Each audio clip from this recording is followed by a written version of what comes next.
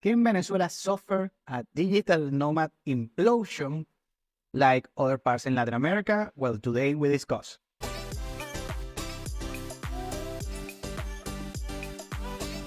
Welcome to Venezuela Insider, the only place in Venezuela for expats, digital nomads, entrepreneurs, investors, travelers, and related internationals. For more information, venezuelainsider.com.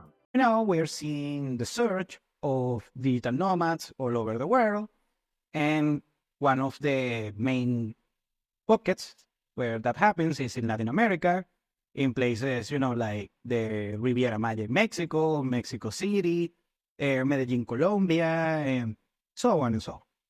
Well, now we're seeing a lot of pushback, some backlash for the locals on those particular countries because the rent is getting expensive, the cost of living is getting more expensive, and so on.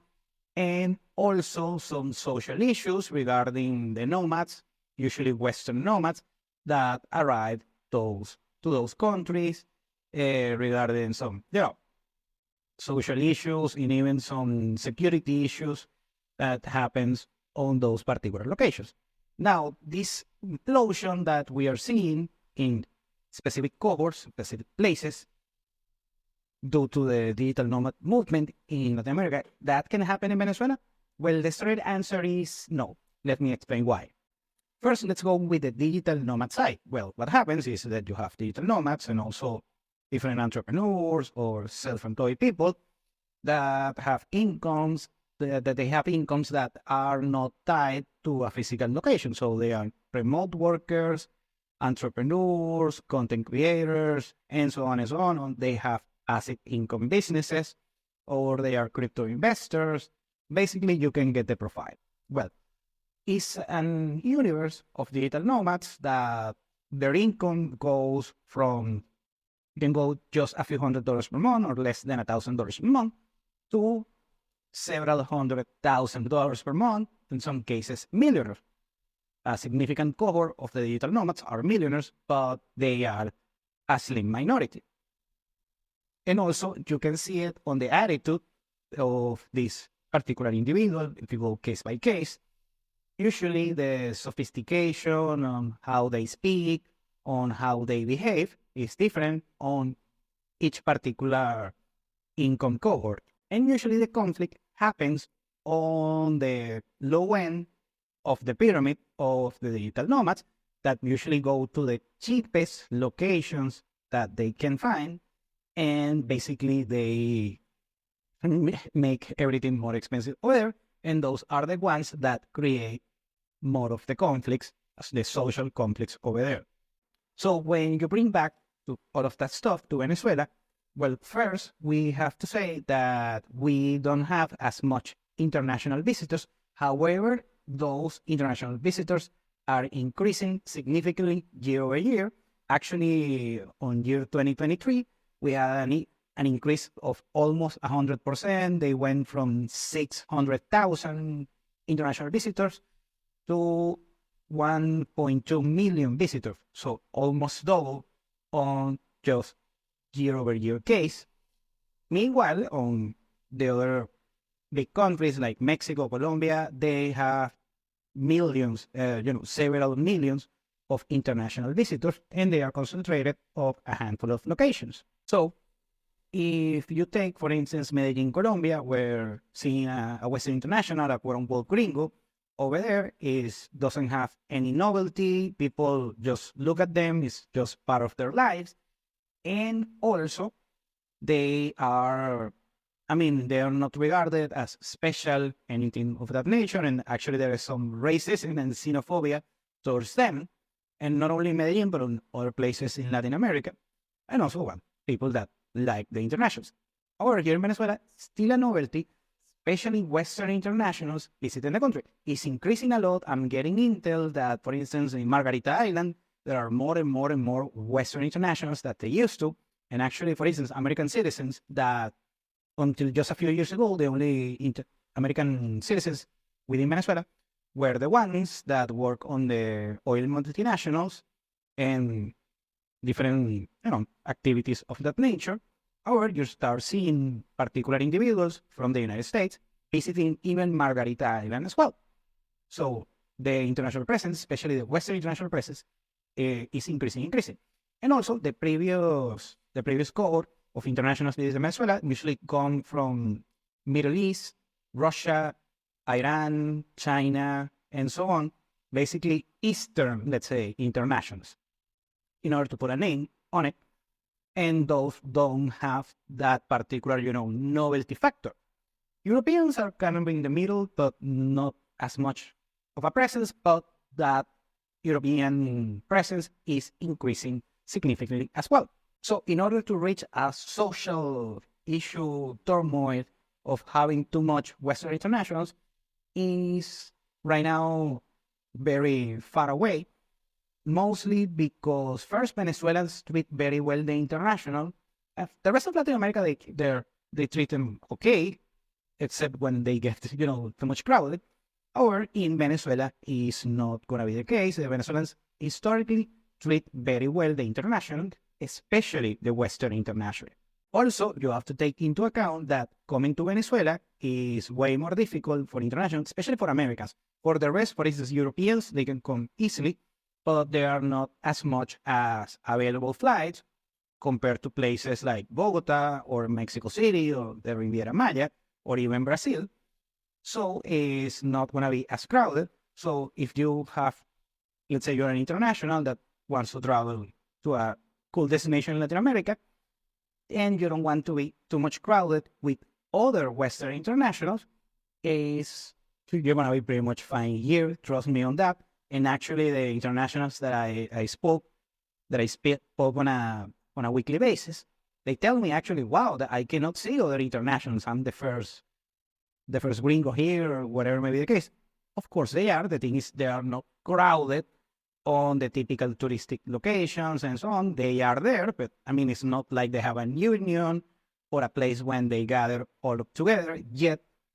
But you have that novelty factor over here. So yes, you're still early on that curve if you start coming to Venezuela on the next few months. The other factor, the economic factor, that is not going to create an implosion of Western internationals within Venezuela is economics. What happens is, mentioned previously, the different cohorts of digital nomads and internationals traveling all over the world, and many of them have lower incomes of 1,000 and less than 1,000, and you have people making millions. Venezuela is not going to serve the purpose of those low-end digital nomads making a few $100s per month or just a couple of $1,000s per month, because the country is not as cheap. I'm not going to say it's crazy expensive like Switzerland or a place like that, but you're not going to get the ROI, you're not going to get the geo arbitrage that you might expect. Venezuela, on discretionary spending, is expensive compared to many parts in Latin America. Now, of course, the ones that are very crowded are going to be more expensive in Latin America. I'm talking the Playa del Carmen or Medellin or Cartagena, Colombia, or some cities in Brazil are going to be, and very on the next couple of years, also Buenos Aires is going to become expensive. Well, Buenos Aires has always been expensive, by the way. But anyways, in Venezuela has a certain cost of living that is not prohibitively expensive, but it's not dirt cheap. So the lower end of the digital nomads are not going to be able to actually get that geo arbitrage that they think they will. So naturally, the economics are going to spell the low-end digital nomad and low-end Western travel, because the country is not cheap. It's expensive for the average Venezuelan, and is reasonable, not cheap, for the more sophisticated digital nomad that most likely is the one that is going to watch this video and this content.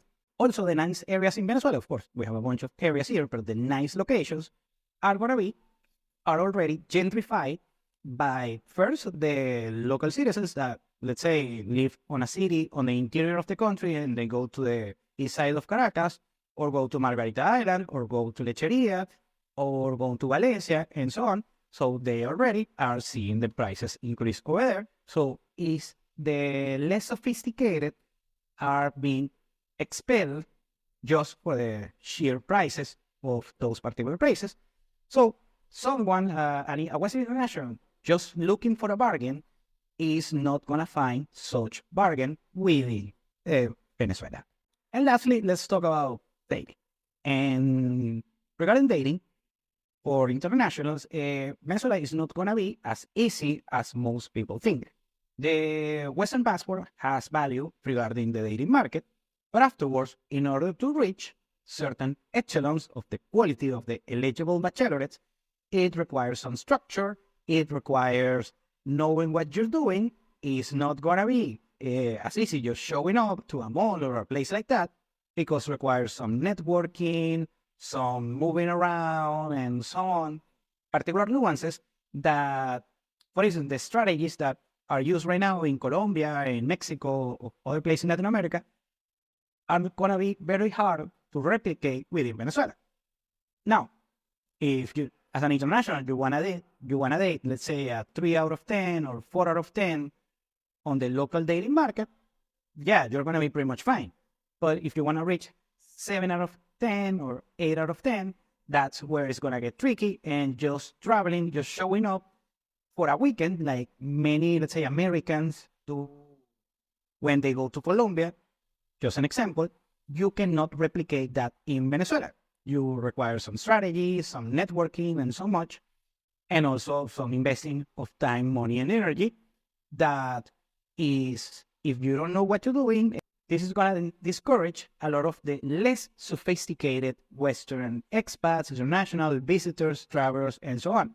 So it's going to be tricky, it requires some, knowledge on the local market, and also it's going to discourage a lot of Westerns. So the bottom line is the Venezuelan attractiveness for a digital nomad and an international, a Western, a traveler, so on, it's gonna make implode and collapse like it's happening right now in Medellin or Mexico City. No, the answer is no.